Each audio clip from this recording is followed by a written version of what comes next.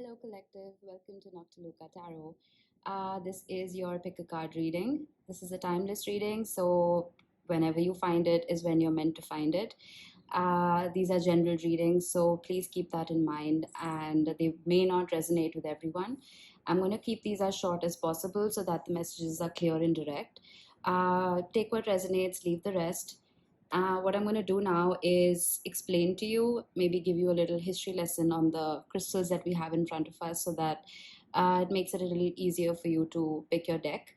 Once you do pick your deck, I'm going to take out 3 cards for you. One is going to be the situation that you're in. The second is going to be the obstacles that you may be facing. And the third is going to be the solution, what you can do, the advice from the universe. Okay, so here we have amethyst.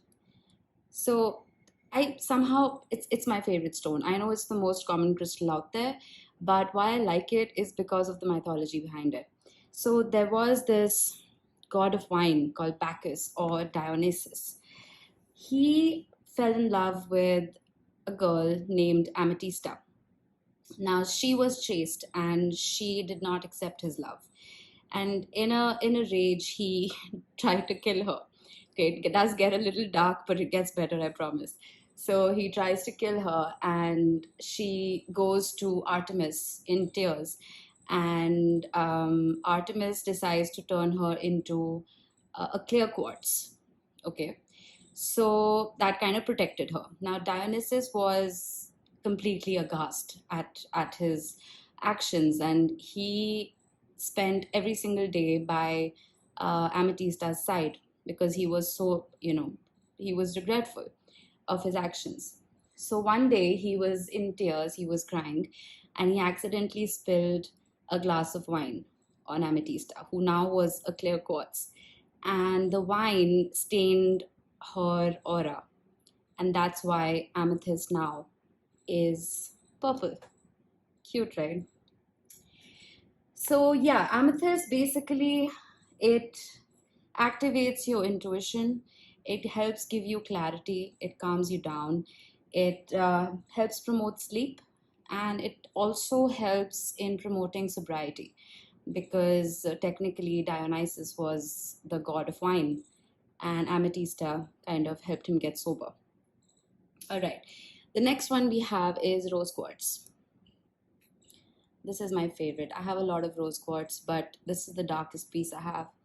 And yeah, so I've written a little bit about the history of rose quartz. I didn't know much myself, so this video has kind of educated me as well. Now, rose quartz to early Egyptians, Greeks, and Romans was a talisman of ownership. So whenever there was a deal that was struck, a rose quartz piece was, kind of wrapped up within that scroll. Later, it was used for cosmetic purposes and beautification. Greek and Roman myths were the first to attach the symbol of love to this stone, and now it's used for, emotional balance, healing, and to promote self-love and friendship. So, yeah, it's a great stone to have around, and because it's the base is quartz, so it does absorb a lot of negativity, a lot of negative energy, and gives you a little, clarity. All right, moving on. This is black tourmaline. Now, there's a difference between tourmaline and obsidian. Obsidian doesn't have these craters. You see these imperfections? So yeah, I prefer tourmaline to obsidian. Obsidian is a really dark stone. It somehow just gives me the heebie-jeebies. But yeah, so black tourmaline is, it served as a stone of protection. And before the 15th century, I believe, it was known as scroll. Scroll. I don't know if I'm pronouncing that correctly, but it was, it was named after a German village where it was mined, where it was found for the first time. And it comes in a lot of different colors. So the ancient Egyptians, they believed that tourmaline traveled across the rainbow and it picked up all of its colors along the way. I think that's so beautiful. But yeah, the stone, it's known to protect against negativity, radiation, and it activates the root chakra, so it helps to ground your energy. All right. So now that you know what the stones are all about, take a moment, maybe pause the video, pick your pile, and we'll get started.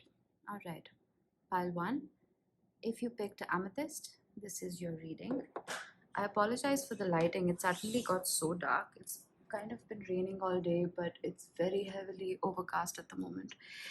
Before we start, I want to show you this deck. It's my favorite deck of all the decks that I have, and I have quite a few. So this one has the paintings of Sandro Botticelli on them, and it's gilded. Isn't that lovely? So he's my favorite Italian Renaissance artist of all time, and this took forever to come in the mail, but when it finally did, I was thrilled. So I'm glad you picked this deck because I love working with it. Let's see what it has to say.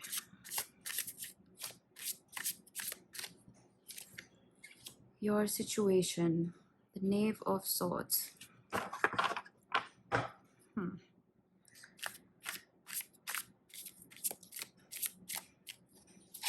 Obstacle is the High Priestess. I love the High Priestess. And your solution is the World. Lovely. 2 major arcanas.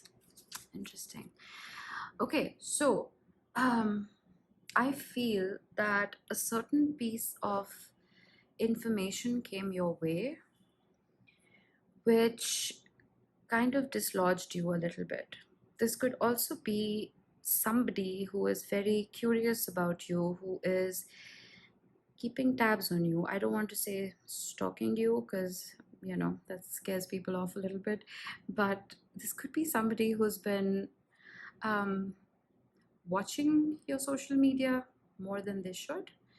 But yeah, something has come to light about this particular person and you're not too happy about it. The obstacle here is the High Priestess. The High Priestess talks about your intuition. I think your gut is telling you that something's off. Okay.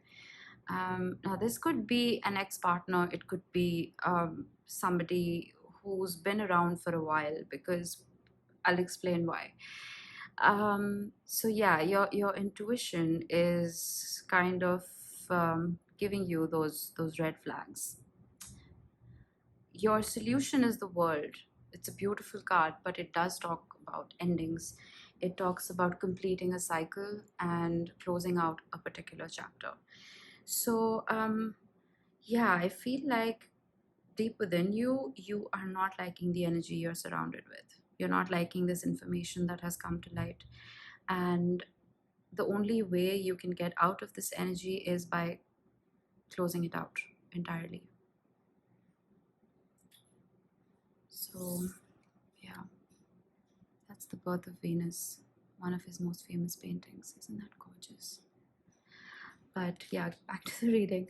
There is something that you need to put an end to. All right. I hope that helped. It was a little vague, but that's all I have. Hello, pile 2. So if you pick the rose quartz, this is your reading.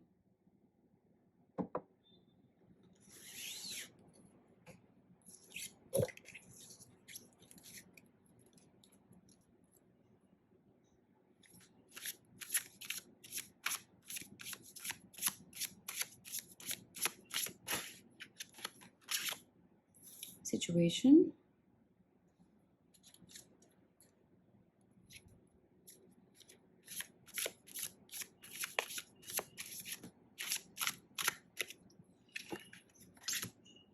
Obstacle.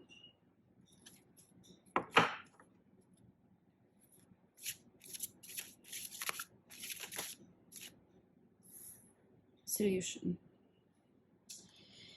All right, your situation is the Seven of Wands. Excuse me. The obstacle is the Two of Pentacles, and the solution is the Star. The Seven of Wands talks about somebody who is very defensive in their energy. Now, this could be you, this could be somebody around you.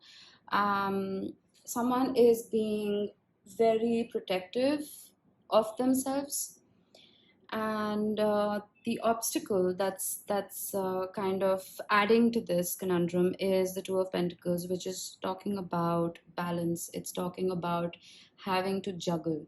So maybe you are overburdened with a lot of responsibilities, and you don't know where to put your energy, um, and that's making you a little defensive, that you're trying to protect yourself and you're trying to just lay low. The solution is the star. The star talks about a wish fulfilled, it talks about hope, it talks about healing. So I think what you need to do is you need to look after yourself. You need to put those pentacles down. You need to kind of focus your energy inwards. Stop being defensive. Tell people exactly what you're going through.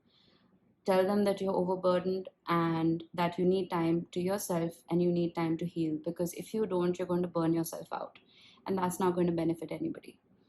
So take out time for yourself, maybe meditate or watch a movie, whatever calms you down, but take a break. That's my advice. All right, pile 3. If you picked the black tourmaline, this is your reading. Let's see what we have.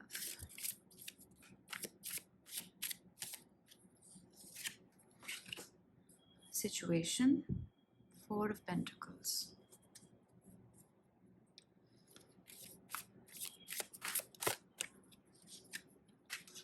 Obstacle, Six of Cups.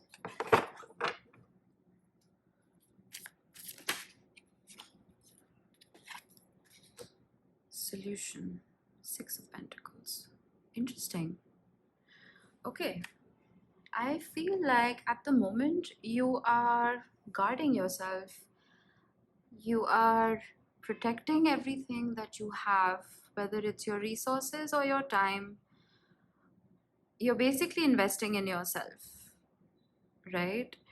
Um, but the obstacle here is somebody coming back in from the past. The Six of Cups talks about happy memories. It talks about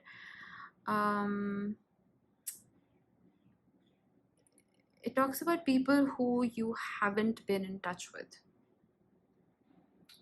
Now, this could be an estranged family member, it could be a friend who you're not in touch with, it could be an ex. Either way, that's the obstacle. Someone is coming in and shaking up your structure, shaking up your stability, and you're feeling very ungrounded. The solution here is the Six of Pentacles, which is very interesting because the Six of Pentacles talks about balance, equal give and take. So I think, I don't know if this is going to resonate with you, but I feel like you need to stop holding on so tightly. You need to just let loose a little bit.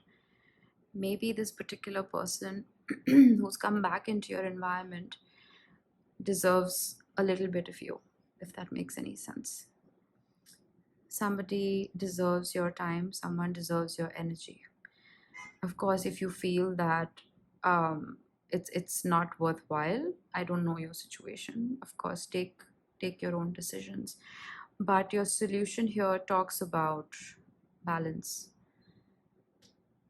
Maybe don't hold back so much, be a little more generous, right? Hope that resonates with you. Okay, so those were your readings. I really hope they resonated with you guys. I mean, I'm gonna be honest, I've been a reader for I think 16 years, but I've never really done this professionally. I have been a little nervous about starting this channel, but my intuition, the high priestess in me, was urging me to. It was something I needed to do. I really hope over time my readings become a little more confident. How I articulate my translations becomes a little clearer. Thank you for bearing with me, and please do understand that energies are fluid, time is fluid. So if this doesn't resonate now, it might resonate with somebody who clicks on it 5 years from now, you know.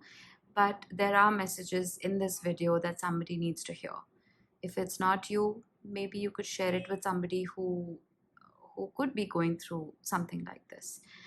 So yeah, thank you for spending time with me, and please like the video if you liked it, and subscribe and share. Thank you so much, everybody. Have a lovely day.